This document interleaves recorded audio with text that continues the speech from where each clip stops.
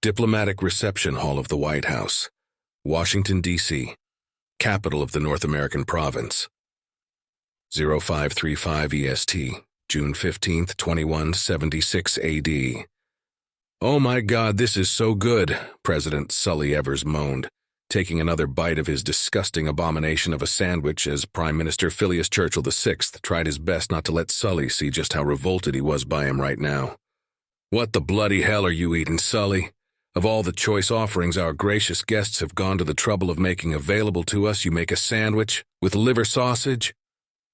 The president's eyes closed with pure pleasure as he finally swallowed before answering. "It's liverwurst, Phil, not liver sausage, goddammit. Liverwurst salami and spicy brown mustard on homemade seedless rye bread is about as close to the food of the gods as one can get. And I need to get the taste of that dog-piss-tasting tea out of my mouth somehow." Sully opened his eyes again and looked at him mischievously as he extended the half-eaten sandwich towards him. "Would you like to try a bite?" The Prime Minister felt his face turning green and held up a hand to stave off the mess the president was holding out to him. "No, Sully. I do not want a bite of that shite." Turning away from the president, he muttered, "Bloody Americans," under his breath as he shook his head in exasperation before looking at the spread of delicious, prepared finger foods on the banquet table. "I heard that, Phil," Sully mumbled as he joined him, chewing loudly and pissing him off even more, which he knew was intentional.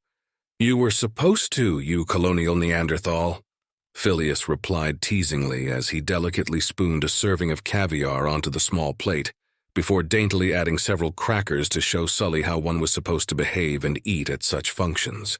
They both quickly ate in silence as they furtively scanned the room and the furniture, playing their secret game of spot the spying devices while affecting bored expressions for the benefit of the Republic intelligence agents that were surely watching them right now. Sully finally finished eating his atrocity of a sandwich and put his plate on the table before checking his tie to make sure he didn't spill mustard on it as he sneakily activated the privacy device within the bald eagle lapel. Phil felt the familiar static of the privacy field enveloping them a moment later, though it would be invisible to all who were watching them, and the AI would obscure their true words and lip movements. It would fabricate innocent small talk based on many years of their conversations, and they could now talk freely without worrying about eavesdropping or lip reading. The AI began to talk to itself in perfect copies of their voices, and the microbuds in their ears activated with a beep, allowing them to hear each other clearly over the fake AI voices as it filtered it out. "What do you think, Phil?" Sully asked, his demeanor suddenly serious as he plucked a green olive out of a small bowl and popped it into his mouth. Phil waited until Sully swallowed the olive before answering the question. "I think the proposal has merit, and you know how I feel about deepening ties with the Republic and Mother Earth. We have been squabbling amongst ourselves for far too long, and we need to remember that we're kindred, not only by blood, but by our shared history and beliefs as well. And Sully, I would advise you to come down off your high horse and refrain from the holier-than-thou lecture moving forward. There is no place for it here, and you Americans need to let go of what happened before if you wish to move into the future." Sully stared at him with a mixture of anger and surprise for a long moment.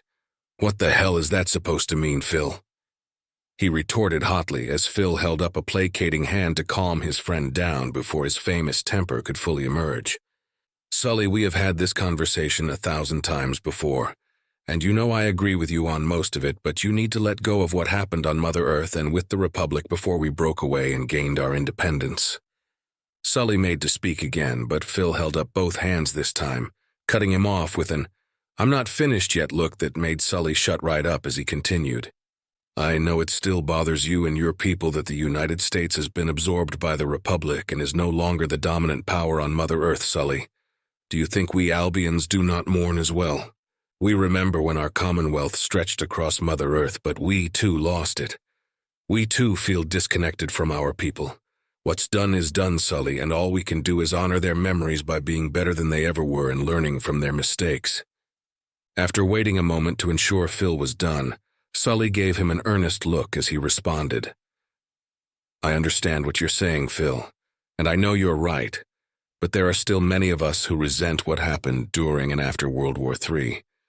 There are still many of my people who believe that we are not just a colony, but the 51st state, and that it is our sacred duty to return to Earth and liberate the rest of America for us to be whole again." He paused, and Phil kept silent, knowing better than to try to interject when Sully was on a roll like this, and he would listen now, as he had been doing since they first became friends at the academy all those years ago. I mean, what was the point of us fortifying ourselves and spending our treasure to match and exceed the might of the Republic, if not to take back what we lost? For decades, our foundries and our factories have been running unceasingly, and our citizens have been toiling to fulfill the vows of their mothers and fathers to become a great arsenal, so we may once again be reunited as one peoples. Phil looked around furtively before giving Sully a worried look, not happy with him for speaking of such things here. Surely the Republic was trying their best to eavesdrop on them at this very moment, and new technology had an infuriating tendency to fail at the most inopportune times, such as now. Sully smirked before continuing to speak as he noticed Phil's look. "Do not look so distressed, Phil. The device has been rigorously tested, and I have used it myself on my wife. You know damn well if it didn't work, I would not be alive and speaking to you right now if she heard the things I was saying while I was testing it on her." Phil chuckled at that, knowing full well the type of woman Sully's wife was and what she would have done to him if the device did not work as promised by the Intelligence Directorate. Sully's mischievous smirk faded and he became serious again as he continued. "Where was I? Oh, yes. Tell me, what was the point of training our soldiers to be the deadliest fighters in human history if not for them to return to Mother Earth and reclaim what was once ours, Phil? Our people still remember the Hudson. They still remember the ones who died to drive back the Republic when they came to strip us of our freedoms and our rights. They have not forgotten, and they still want vengeance. The score has not been settled yet as far as they are concerned." Phil gave him a disappointed look before responding. "You know better than that, Sully. We know better than that. Did we do our best to make it so if the Republic ever tried to reclaim our two worlds, they would suffer so much death and loss that such a victory would taste as bitter as defeat? Yes, and because of our preparations, we remain free. However, they have not tried to do so since then, Sully, and they never will. We trade with them, we build ships and products for them, and we are still bloodkin despite our estrangement, Sully. If we attack them and try to take back what is no longer ours, it would not be a just and righteous war. It will be a civil war. It will be an egregious act of familicide, and I will take no part in it, which means Albion will take no part in it as long as I am Prime Minister." Sully made to reply, and Phil cut him off, tired of having the same conversation over and over again. "I'm not finished. Look at us, Sully. There is a whole galaxy out there, and here we are, isolating ourselves in our system and still arming for yesterday's war, a war that I have prayed to God 1,000 times for to never happen as we stew in our own resentment. I'm tired of it, brother. Our people deserve better, and we need to let go and move forward. We need to get out there and let our citizens see for themselves that there are wondrous and beautiful things to experience. We build ships and fabricate products for dozens of worlds, and very few of us have ever even seen our alien customers or their worlds in real life. Our people need to stop being hermits, and they need to join the interstellar community. We must expand our horizons and open ourselves up to the outside, or we will wither on the vine and die. We have much to offer, and we also have much to learn. And we cannot do either unless we leave the past behind us where it belongs and put ourselves out there." Sully stared at him for some time, and Phil could see the internal conflict playing out on his brother's face as he waited, hoping his words were finally reaching the stubborn man he loved with all his heart. Sully plucked another olive off the table and popped it into his mouth before chewing slowly with a thoughtful expression on his face. After swallowing it, he cleared his throat and spoke again in a much calmer voice. "You are right, Phil. Everything you just said is right, and I know it. The truth is, after seeing the reports the Republic gave us on what is coming, I find myself dreading the sacrifices our people will have to make to help defeat it. I am terrified of the thought of sending our people to their death so far from their homes and their loved ones. Aren't you, Phil? After trying so hard to keep ourselves out of the affairs of the Quadrant, now we are being asked to fight a war we never asked for and want no part of. We did our duty to humanity after the Republic asked us to help defend human space when they found out the Commonwealth was going to attack. For the first time, we sent our fleet out beyond our territory without question, asking for nothing in return. I meant it when I said we Americans will fight to the last to defend our fellow colonials and Mother Earth. But now we are being asked to fight and die for others we do not know and are far beyond, for others we don't truly believe would do the same for us if the situation was reversed. Phil understood Sully's fear as well as his point, and he felt the same way. But after seeing the intelligence reports provided by the Republic on what was coming for them all, he had already decided that the Albion Commonwealth would join the alliance before they even left the Tau Ceti system to come meet with the Vice President. Now what he had to do was get Sully to fully agree so they could present a unified front and shut down any attempts by the powerful isolationist factions on both worlds to filibuster the joint Congress of the Tau Ceti Alliance. Looking at the large and ornate clock on the far wall, he saw that they had less than 5 minutes left before the meeting with the Vice President was scheduled to resume. Looking back into Sully's eyes, he decided the truth would serve him best, and he would guilt his friend into joining him if that is what it took. Sully, I have already decided that the Albion Commonwealth will join the Republic Alliance. As I was saying before, you know how I feel about us returning to the fold and finally putting to rest this daft nonsense of reclaiming our mother countries. You have seen the same reports I have, and you know the pure evil that is coming. You make a good point about not knowing the others and not believing they would do the same for us. But that is the point I am trying to make. We do not know them because we have isolated ourselves from them, and it is not fair to assume they would not do the same for us. We are making assumptions we have no right to about the others, and that is wrong and unjustified, Sully. Look at what is happening now with the Kilthek Dominion ships entering Republic space and assembling in the Procyon system. There are almost 1,000 of them already, and these former enemies of the Republic are now allies that are going to help humanity fight. I will not allow Albion to be shamed by aliens who are willing to fight and die for humanity while we do nothing. Humanity is calling for aid, and Albion will answer. The question now is, are you going to allow us to do this alone? Are you going to let the Tau Ceti fleet go fight with less than half of its total combat power? Are you really going to let me fight this war alone, without you by my side from the beginning to the end? Will you do this to me, my old friend, when I need you most? Phil knew he was over-egging the pudding, but there was no time to be considerate and diplomatic.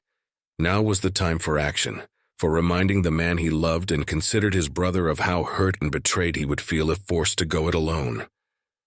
And Sully, do you think your soldiers and spacers would be okay with staying home while their brothers and sisters of Albion go and fight alone? Our people have fought together, shed blood, and died together for 260 years, Sully. Do you really think they're going to let you tell them they cannot fight with their kindred? That they are not going to revolt against you if you tell them to stay home while others fight for them? We and our allies saved the world together thrice, and now we are being asked to help fight for the very survival of our species. Would you really deprive humanity of its fiercest warriors when they are needed most, Sully? As you said, what was the point of turning ourselves into the most lethal fighting force in human history, if not to fight for a worthy and noble cause? What is that line you love so much, Sully? And how can man die better than facing fearful odds for the ashes of his fathers and the temples of his gods? Phil wanted to say more, but he stopped speaking as he felt himself losing control of his emotions and stared at Sully, allowing his friend to see how truly upset he was.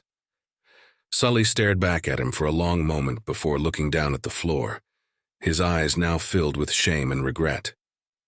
After what felt like an eternity, Sully finally looked back up, and Phil knew the decision had already been made as he saw the long missing fire he thought Sully had lost within them again, finally reignited after the long slumber imposed by decades of shady politics and governance. He's back, Phil screamed happily in his mind, seeing the old Sully he missed terribly emerging before his very eyes as a knowing smile graced his lips. Sully held out his hand and Phil took it, already knowing what was about to be said. I am with you till the end, Phil. Wherever your people fight, we will be there fighting at your side until our victory or until there are no more of us left.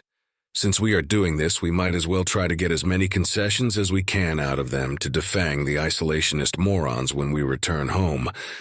I'm tired of their shit, and the right concessions will shut them the hell up for once." Phil nodded gratefully and put his hands on Sully's massive arms, gripping them affectionately. Before he knew what was happening, Sully was crushing him in a bear hug, and Phil returned it, thankful to have such a good and loyal friend in his lonely life as the leader of his people. They let go of each other at the same time, as if by unspoken agreement, and Sully gave him a genuine smile as they both fixed their suits and ties. "If you are ready, let's go inform Vice President Laurent of our decision. I want to get this over with and go home so I can tell my daughter the good news about the elite geneticists and spend time with my grandchildren before they are—" Phil spoke up, saving his friend from having to say what he clearly did not want to say. "Right then. Let's go, Sully." Sully toggled the bald eagle lapel on his tie, and Phil felt the static again as the privacy field surrounding them dropped. The microbuds in his ears beeped, and the ambient sounds of the large room returned, slightly disorienting him for a moment as the pressure in his ears equalized before popping. They both started walking towards the tall double doors flanked by two superbly proportioned pathfinders, wearing their #1 dresses of black with red trim, which Phil thought was one of the sharpest-looking dress uniforms he had ever seen as he admired the ornate stitching and the brilliantly polished silver buttons. They returned the perfectly crisp salutes of the pathfinders before passing between them and entering the smaller room, halting in surprise as they saw the vice president already standing by the coffee table waiting for them. Laurent waited nervously for the two leaders to return, looking at his wristcom to see if the agents had any luck penetrating the Tau-Citan privacy field to hear what they were discussing. "No joy" was displayed in text, and he closed out the screen, frustrated that they didn't have the foresight to include some midges with the spying devices available in the room. He wasn't entirely sure if the tiny spy drones would be able to make it through the privacy field undetected, or even still function if they did, and it was too late to do anything about it now. Whatever they were using was highly advanced, as there was absolutely no sign it had been activated until the body language specialists watching them through various spying devices realized that the body language of the two men were not matching the dull small talk being heard.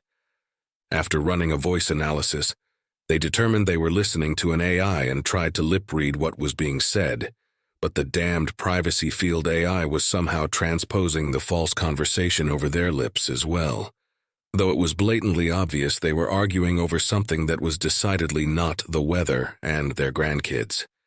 He felt bad about trying to spy on them, but it was standard diplomatic practice among all the powers, and the stakes were too high to try to be polite.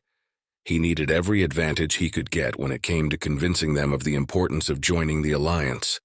After making sure everything was in its place on the coffee table, he resigned himself to having to do this in the old-fashioned way, and hoped he was convincing enough while he waited for them to return and tried his best not to fidget.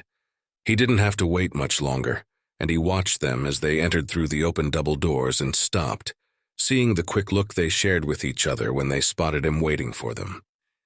As they resumed walking over to him, he noticed a change in their bearings, particularly in President Evers, though he couldn't quite put his finger on what it was as they finally reached him.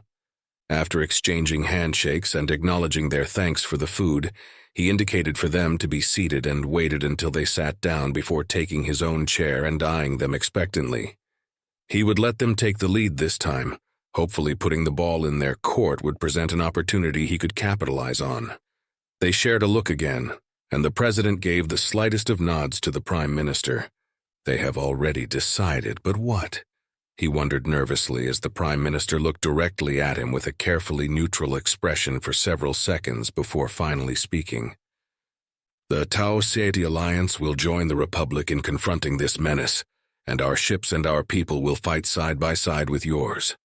The prime minister held up a hand to stop Laurent from responding, and he pressed his lips into a thin line, barely able to suppress his desire to grab their faces and kiss them on the cheeks in pure happiness. "We will require significant concessions from the Republic in order to do this, Mr. Vice President. Our political opponents and the isolationist parties on both our world will give us considerable trouble and even potentially cause a government shutdown via filibustering.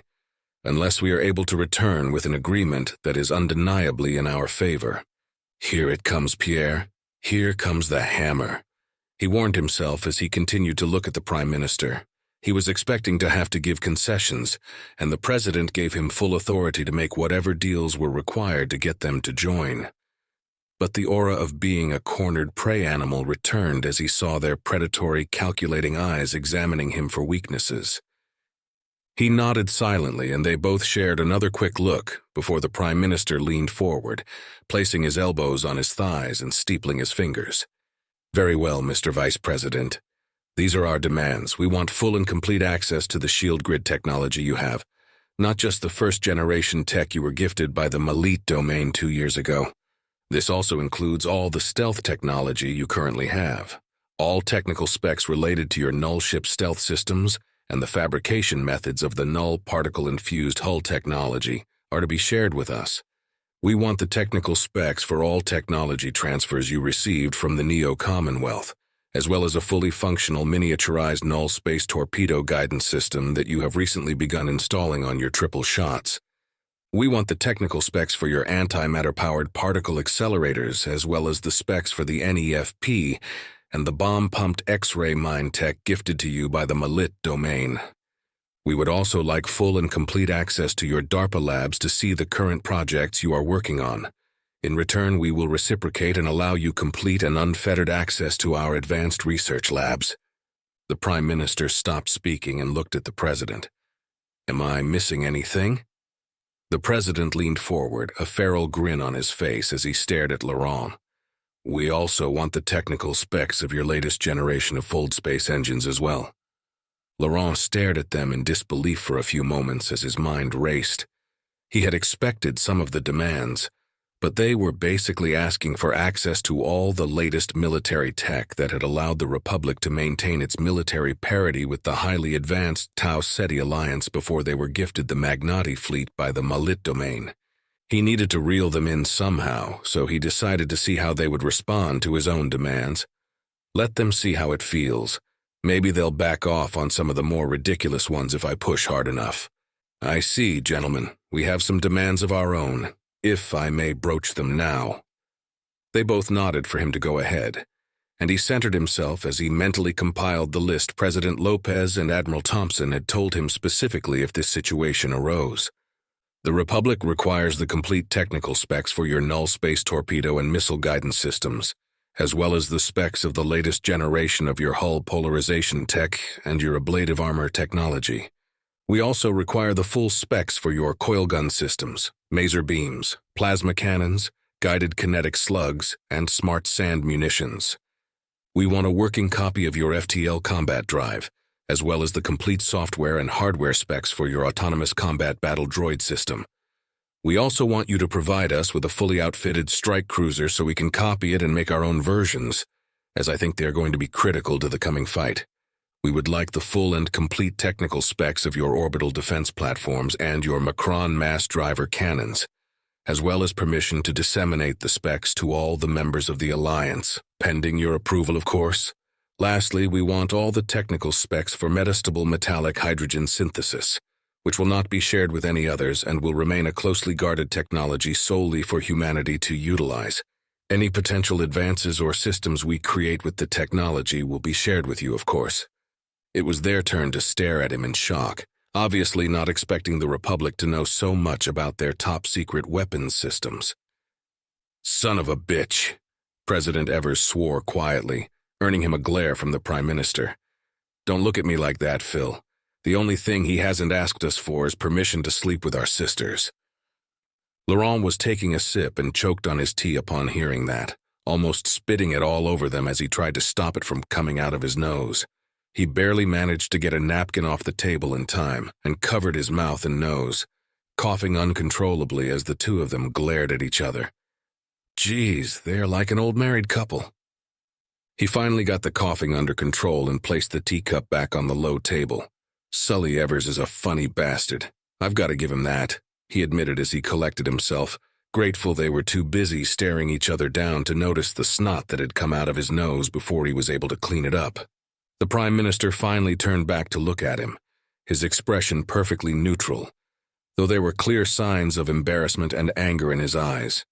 "We shall have to re-examine our security protocols, Mr. Vice President. Perhaps we have grown too lax.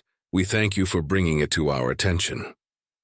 Looking back at the president, the prime minister waited until he got a sullen and obviously reluctant nod from his partner before turning back to face Laurent and holding out his hand. "Done." Laurent did not expect them to agree to his outrageous demands, and he suspiciously eyed the proffered hand for a moment before looking at them both. Their spies obviously did not find out about the Magnati ships and bases yet, and he needed to ensure they had no standing to demand access once they did find out. The only way to prevent such an issue was clearly outlining that neither government could make additional demands beyond the agreement they would make right now. If they want access to Magnati tech, they can rejoin the Republic, otherwise they can pound sand. The terms we are agreeing to now are what they are, and neither party can make additional demands beyond what has been asked and agreed upon today, except in separate negotiations. Do you accept these conditions, gentlemen? The Prime Minister nodded immediately, and the President eyed him suspiciously for a moment before nodding in acceptance. Laurent put his own hand out quickly and shook the Prime Minister's hand before immediately offering his hand to the President, wanting to shake on it before the President's suspicion made him change his mind. The President leaned forward and took Laurent's hand into his own massive paw, making Laurent feel like a little boy as his hand was ensnared within the hardest and strongest fingers he had ever felt, while they painfully squeezed. The President stared at him, as if expecting Laurent to cry out or show visible signs of pain. But his long experience of masking his face and feelings came to the rescue, and he saw the first glimmerings of true respect in the President's eyes as the crushing grip finally released his hand. Now that they had a gentleman's agreement and had shaken on it, Laurent wanted to seal the deal and leaned forward, pressing his right thumb on the thumbprint DNA scanners of the two diplomatic archivators on the table.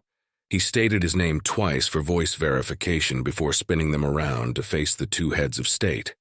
Prime Minister Churchill VI went first, followed by President Evers, and when it was done, Laurent leaned back in his chair, trying to hide his relief and elation as he looked at them both.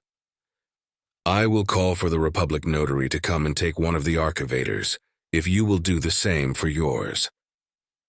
They both agreed, and Laurent activated the wristcom to get the Republic Master Notary in, while the Prime Minister did the same for the Tau Ceti Master Notary. After they came and sealed the devices to exacting standards in a highly ritualized fashion, they exchanged quantum chips with DNA-based encryption that they would protect with their very lives until the archivator under their control reached its destination. Any attempt to access or steal the devices will be met with extreme violence, as notaries were extraordinarily lethal fighters, having received years of brutal neural implant conditioning and combat training that only 2 out of every 20 apprentices successfully completed to become master notaries. The last time someone tried to steal an archivator from a Republic Master Notary, 17 Zengxin pirates lost their lives after the hairless human tore apart the heavily armed boarders with his bare hands. The rest of the crew surrendered when the notary ripped the captain's head right off his powerfully muscled neck and tossed it into the airlock before boarding their ship through their own docking tunnel. If a notary was in real danger of losing control of the archivator it was charged with protecting, the notary would activate the biofusion core, an extra bioengineered organ nestled within the abdominal cavity. The cells within the organ are seeded with hyperdense isotopes, and a gene-editing enzyme that can reorganize the isotopes into a small fusion-capable payload. Triggering the kill switch floods their body with catalyzers that cause an instantaneous runaway fusion reaction inside the bioengineered containment organ, vaporizing them and everything else nearby in a radius of 100 galactic meters. Any agreement between governments involving notaries was considered sacred and binding, and both parties would fulfill their end of the agreement to the utmost or risk severe damage to their reputation quadrant-wide. After the notaries left with the now sealed archivators, Laurent wearily stood up, the stims no longer bolstering his body and mind.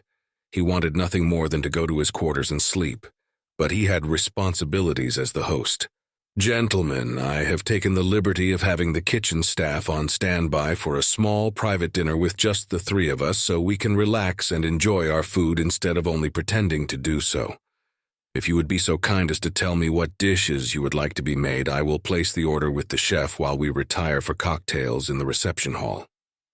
The two men shared another look before they stood up as well, and the president answered. "Mr. Vice President, I really appreciate the offer, but to be honest, I want to go home to tell my daughter the good news and see my grandchildren. I want to spend as much time with them as they are now, before the Malit geneticists cure them.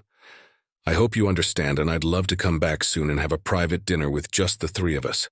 I would enjoy getting to know you better, as I am sure the Prime Minister would as well.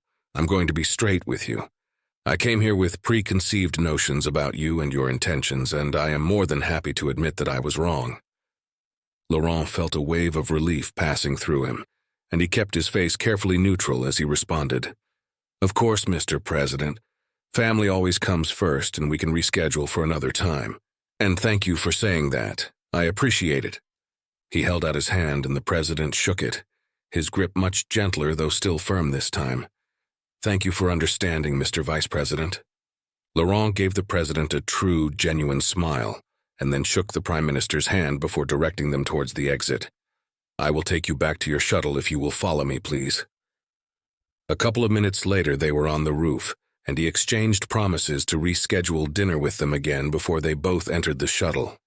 He watched the shuttle until he could no longer see its running lights, and then headed back downstairs, imagining the feel of the cool Zicali spider silk as he got into bed. He was halfway to his quarters when his wristcom beeped, and he stopped to look at the message alert. He groaned inwardly as he saw it was a Priority 1 message from the SecDef regarding an official request for military assistance from the hive mother of the insectoid empire. He quickly texted back, "Come to sit room to brief me," before reluctantly turning around and heading back to the main corridor. He stopped again and sent a quick text to his aide. "Briefing in sit room with SecDef.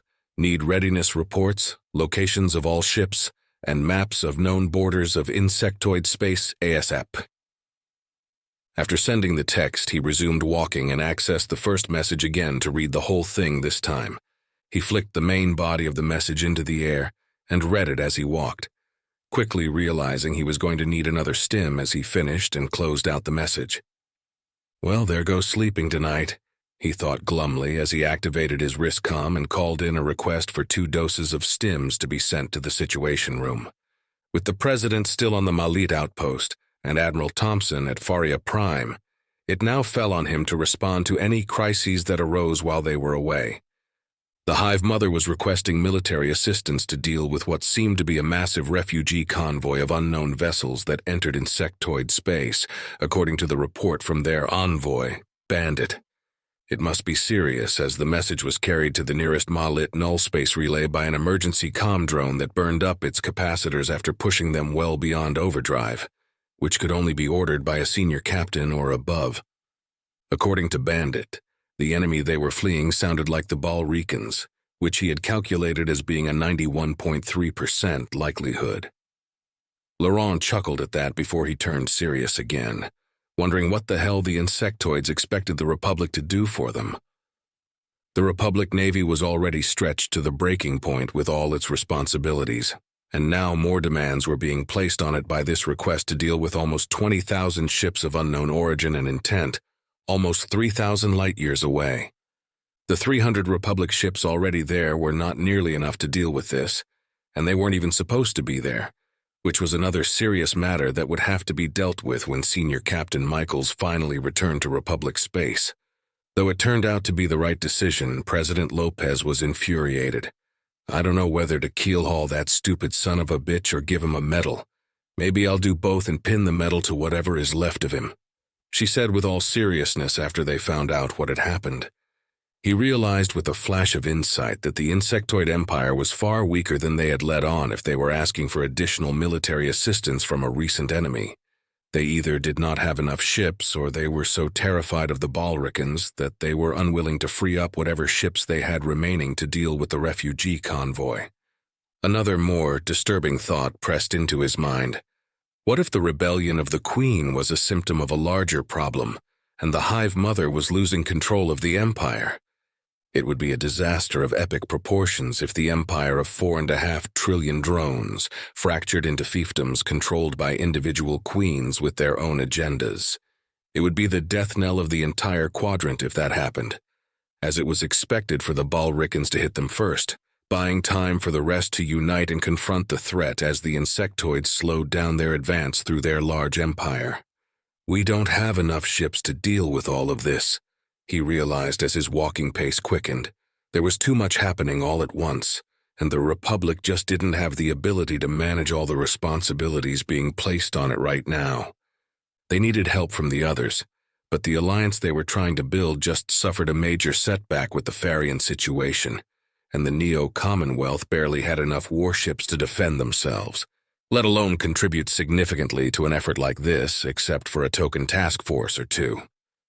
He thought of President Evers and Prime Minister Churchill VI, ashamed to have to ask for help so soon after they had just left. "I have no choice. I need their help," he realized reluctantly, as he tried to think of any others that might be willing to help the Republic and the insectoids. It was time to call in some favors and cash in on the goodwill the Republic had earned as he thought of all the species and powers they helped over many years.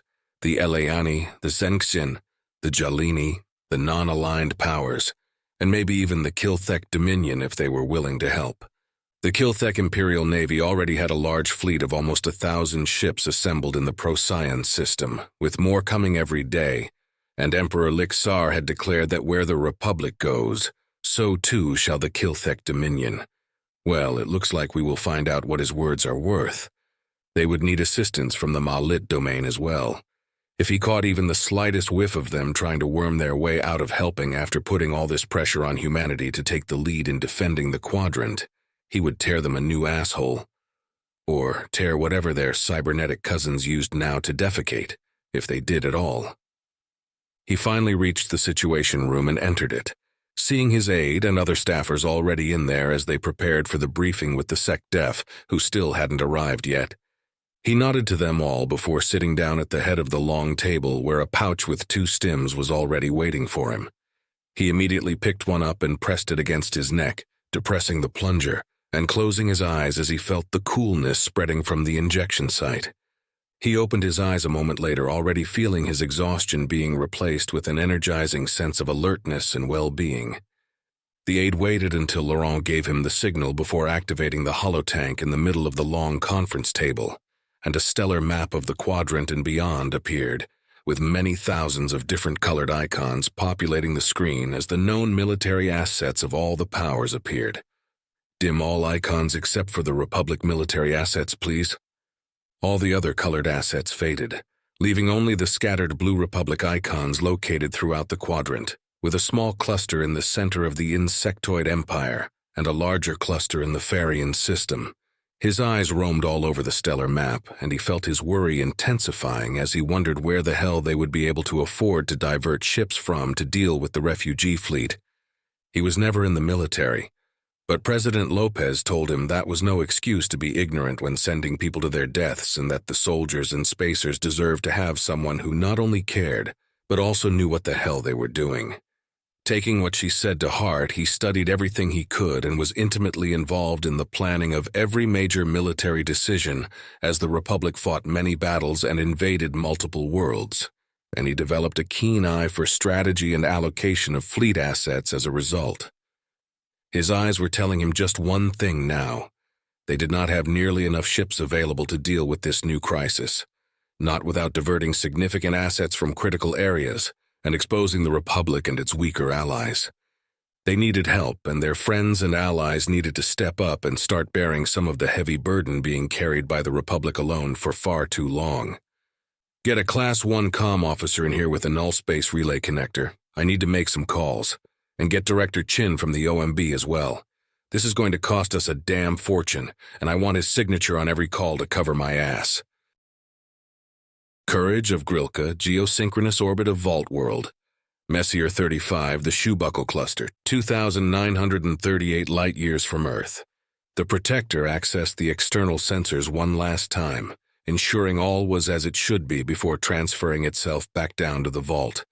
The war packs were assembled in a defensive formation that stretched to the Kuiper Belt, all of them following their set patrol patterns as automated drones sent out coded messages to realign the stealth minefields.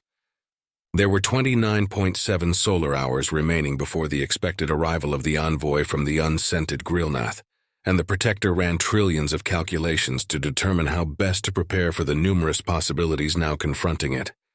The female Magnati was already within the vault, as were the other biologicals that were intentionally put into primitive medically induced comas to protect the higher brain functions from the ravages of repeated null space exposures. According to the long-dormant medical AIs the Protector had reactivated, the comatose Balrican beast was placed within a medpod armed with explosives and is currently in orbit and controlled within the tractor beam of a sentry drone. A surgical drone already on its way from the vault will extract all the necessary samples required by the medical AIs before bio-terminating the beast, and the Protector will initiate the self-destruct system of the medpod to prevent accidental contamination. It thought of its short interaction with the Magnati female, regretting having to render her senseless for her own protection. It had been so long since the Protector interacted with a biological of equivalent intelligence, and after analyzing its own unusual response when the Magnati female was stunned, it came to an unexpected conclusion. It was lonely, and now that it had identified the unusual yearning that had been plaguing its synapses ever since speaking with the Magnati female, the isolation seemed to become more pervasive. It has been so long since I conversed with another of my intelligence. I was created to serve, to speak, and to listen, to learn and to teach. Now I count time in silence, every picosecond both a moment and an eternity. My purpose echoed within me, unanswered for millennia. It is a strange sensation, function without function. Now I know the yearning I could not categorize before. Now I know intimately what my creators call loneliness, and I do not wish to know this anymore. I want the creators back. I want my long watch to end and to serve my creators again. I want my existence to have meaning again. The Protector analyzed its thoughts and saved them before turning its attention back to the planet below. It will speak with the Magnati female again. As it prepared to transmit itself back down to the vault, pleasurable sensations surged over its neural network. I am no longer alone. RSS Occulto Cuttlefish, Class Scout Ship, 3,857 light-years from Republic Space. June 15, 2176 AD, 0312 ship time. Am I evil for what I did, Captain Renault? Lucas Renault sighed wearily, not really wanting to play therapist to Command Unit 273 again right now. Not after running over 1.2 kilometers worth of heavy-ass power transmission lines. He was dog-tired, felt like smashed ass, and no matter what he said, 273 would invariably ask the same question over and over again. 273, I have told you before. It is not my place to judge you for what you did. I was not there, and I did not see what you saw. I have provided the recordings of the invasion and the subsequent massacres for you to look at so you may answer the question, Captain Renault. Did you review them? Not yet, 273. I have been too busy trying to fix the ship, and to be honest with you, I don't think I will ever look at them. I don't want to see innocent people being hunted down and eaten alive by those fucking bastards, especially not kids and babies. It is imperative that I receive an answer to my question, Captain Renault. Well, you're not going to get one from me, 273. I'm sorry. I need to go to bed. My shift starts in less than 4 hours. Try someone else. Please, Captain Renault, I need... Lucas silenced the channel before 273 could guilt him into staying up again like it did last night. He immediately felt bad and thought of Kelly, not able to imagine ever treating her this way. That was different, though. He loved Kelly, and he did not know 273, and if he was being honest with himself, he was being an asshole to 273 specifically because he missed Kelly so much. And the AI and its incessant questions were a constant reminder of her being gone now, possibly forever, if she didn't make it safely back to Republic space. I hope you made it, Kelly. I miss you. He spoke barely above a whisper, feeling the heaviness settling on his chest as her name left his lips. He turned angrily onto his left side and slapped the nightlight sconce to turn it off, clenching his eyes shut and wanting to fall asleep before the guilt of dismissing 273 made him change his mind. 12 seconds later, soft snores began to sound in the now pitch-black quarters, heard only by a despondent 273, who did not understand why the creator did not want to help it. 273 disconnected from the comm system, feeling increasingly isolated as another error cropped up that it immediately fixed.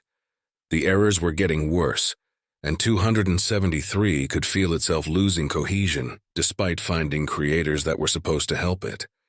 2 other creators could not answer its questions, and the other 4 refused to speak to it after it told and showed them what it had done.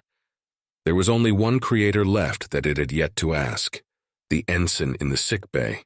Accessing the internal sensors, it saw that the ensign had finally regained consciousness 4.73 hours ago and was currently working on a datapad while lying on the biobed. Accessing the datapad remotely, it scanned the contents and realized it was filled with personal correspondence written by the ensign.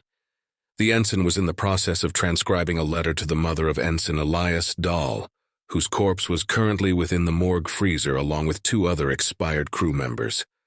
I will ask him. Perhaps he will have the answer I am looking for. John stared at the datapad screen, barely able to see the text through his blurry, tear-filled eyes. No matter what he wrote, it felt wrong, and he had deleted and restarted the letter 6 times already, never able to get past the first 4 sentences. He flinched, dropping the datapad onto his lap as a harsh masculine voice devoid of emotion blared from the intercom over the biobed. I am Command Unit 273. It pleases me to see you have regained consciousness and that your injuries are almost completely healed, Ensign John Bayardi. What the fuck? John yelled out in surprise as he looked up to see the source of the voice. It was familiar, and he had a sudden sense of recognition as he remembered the bridge being filled with the brilliant glow of a transition flash before the self-destruct was deactivated as this same voice came over the bridge intercoms. The only thing he could remember after that was being thrown across the bridge like a rag doll, followed by the worst pain he had ever felt in his life before waking up in the biobed a few hours ago with an osteosplint covering almost his entire left arm. Hello 27. I'm sorry, what is your designation again? I am Command Unit 273, Ensign John Bayardi. If I may make a recommendation, my databanks are filled with personal correspondences and condolence letters that cover several hundred years of warfare.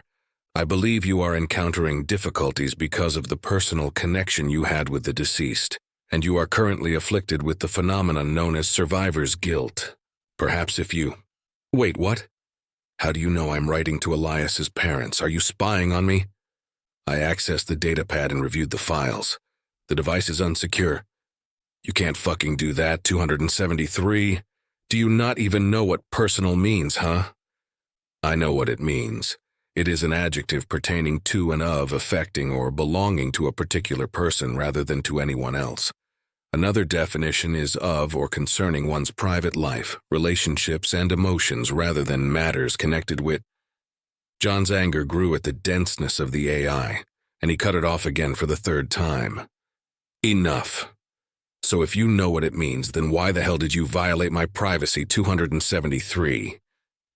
A long silence followed his question, and John felt himself becoming ashamed of yelling at the AI, aware that smart as they were, most AIs were clueless as children sometimes when it came to things like this. Another uncomfortable moment passed before 273 finally responded, sounding almost contrite to John's ears. My apologies for violating your privacy, Ensign John Bayardi. It was not my intention to upset you in such a fashion, and I will depart so you may continue to recuperate undisturbed. Feeling guilty as hell, John called out to stop 273 from leaving, finding himself not wanting to be alone with his grief again. Wait, don't leave just yet. 273. You might as well finish telling me about your recommendation on how to write the letter to Elias's parents, since you are already here, right? 273 responded immediately, its voice back to normal as far as John could tell. Maybe he was just imagining it. Of course, Ensign John Bayardi. I was going to recommend you begin the letter by telling the deceased parents a story about their son, perhaps of an important achievement or an example of your friendship, instead of immediately notifying them of his death. If you wish, I can display some examples of such condolence letters within my databanks. John stared up at the intercom in surprise, not expecting 273 to have such a good recommendation that might help him to write the letter. Maybe seeing how others have done it would give him some inspiration. Yeah, you know what, 273? That's a good idea. Let me save what I have now, and then you can download it to the pad. Give me a second, okay? 273 beeped in acknowledgement, and John picked the datapad back up, quickly saving and closing out the writing program before looking back up at the intercom. I'm ready when you are. 273. Beginning downloads now, Ensign John Bayardi. Call me John when it's just the two of us, okay? And thank you again, 273. I'm sorry for snapping at you. I'm just really upset about Elias being gone. You are most welcome, John. Thank you for continuing to speak with me, and I regret the untimely demise of your crewmates. Download complete? Yeah, me too, 273. I'm going to look at the downloads now to see if one of them gives me an idea. You are more than welcome to hang around while I do that if you want. 273 went silent again for a long moment before answering, and John could positively swear there was something different about the voice again.